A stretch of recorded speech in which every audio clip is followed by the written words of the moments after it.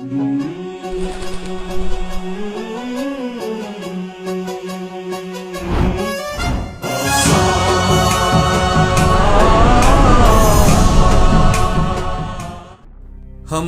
लगातार प्रयास कर रहे हैं कि आपके द्वारा पूछे जाने वाले प्रश्नों की श्रृंखलाओं का उत्तर वीडियो के माध्यम से देते रहें, ताकि समाज की शंकाओं का समाधान भी होता रहे। सनातन भारत में अनेक ऐसे वर्ग, समुदाय एवं लोग हैं जो मांसाहार करना पसंद करते हैं और वे पूजा पाठ जैसे कर्मकांड को भी त्यागना नहीं चाहते।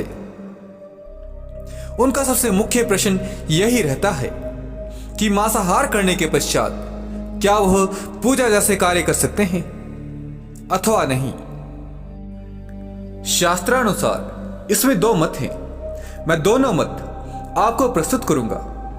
आपको जो अनुकूल लगे उसी के अनुरूप कार्य का अनुसरण कर सकते हैं। प्रथम मत स्कंद पुराण का हम आपके समक्ष प्रस्तुत कर रहे हैं। स्कंद पुराण के काशी खंड के 3 अध्याय में कहा गया है कि मांस भक्षण करने वाले मनुष्य ना तो मृत्यु लोक और ना ही अन्य योनियों में जन्म लेने पर सुख प्राप्त करते हैं।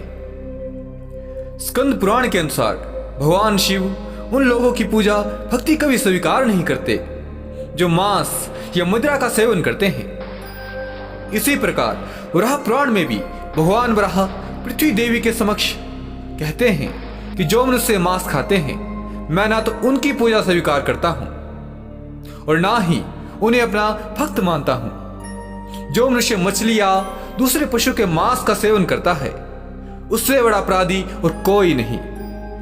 इसी तथ्य का अनुसरण श्रीमद् भागवत गीता भी करती है। श्रीमद् भागवत गीता में भोजन को सात्विक, रासिक एवं तामसिक 3 श्रेणियों में बांटा गया है। भगवान श्री कृष्ण के अनुसार मांस एक तामसिक भोजन है जिसके सेवन से बुद्धि क्षीण होने लगती है और मनुष्य अपना नियंत्रण इंद्रियों पर खो देता है। इसके पश्चात मनुष्य ना चाहते हुए भी कई तरह के अपराधों में भागीदार बन जाता है।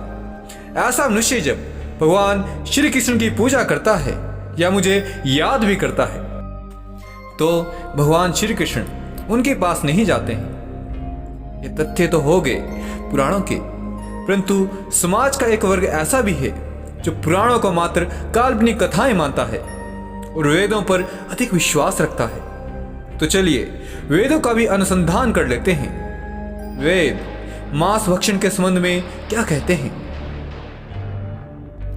अथर्ववेद में ईश्वर हमें आदेश देते हैं, हे मनुष्यों, तुम चावल, दाल, गेहूं आदि खाद्य पदार्थ आहार के रूप में ग्रहण करो। यही तुम्हारे लिए सबसे उत्तम और रमणीय भोज्य पदार्थ है। तुम किसी नर या मादा की हिंसा मत करो। ऋग्वेद में बताया गया है कि गाय जगत की माता है और उनकी रक्षा में समाज की उन्नति है। मनुष्य को उनके समान सभी 4 पैर वाले पशुओं की रक्षा करनी चाहिए। इसी प्रकार गरुड़ पुराण भी मांस भक्षण का समर्थन नहीं करता है। यदि मैं प्रत्येक धर्मशास्त्र का उदाहरण देने लगूं तो यह वीडियो व्यर्थ में ही विस्तृत हो जाएगा। अब दूसरे मत पर भी दृष्टिपात कर लेते हैं। दूसरा मत किसी धर्मशास्त्र से नहीं बल्कि आज समाज की विचारधारा एवं जनमानस के द्वारा निकाला गया मध्य मार्ग है। मध्य मार्ग का उद्देश्य मात्र इतना सा है कि समाज के वह लोग जो मांस भक्षण से त्याग को स्वयं से असमर्थ पाते हैं, तो वह जिस दिन मांस भक्षण किया है उसके अगले दिन जब तक मांस मल रूप में शरीर से बाहर ना हो जाए, उसके पश्चात गंगा जल मिश्रित जल से स्नान कर पूजन करते हैं। यह अंतिम मार्ग आम जनमानस के द्वारा ही निकाला गया है।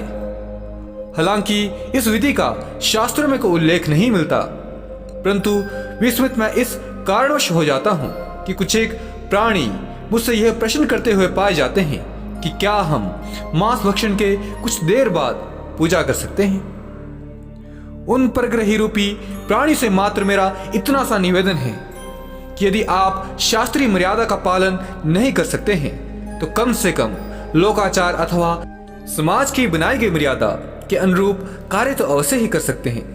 क्योंकि मांस भक्षण जैसा महापाप करने के पश्चात देव पूजन जैसा पवित्र कार्य करोगे तो इस कार्य में आपकी अंतरात्मा भी आपको इस कुकृत्य से रोकने का अवश्य प्रयास करती होगी।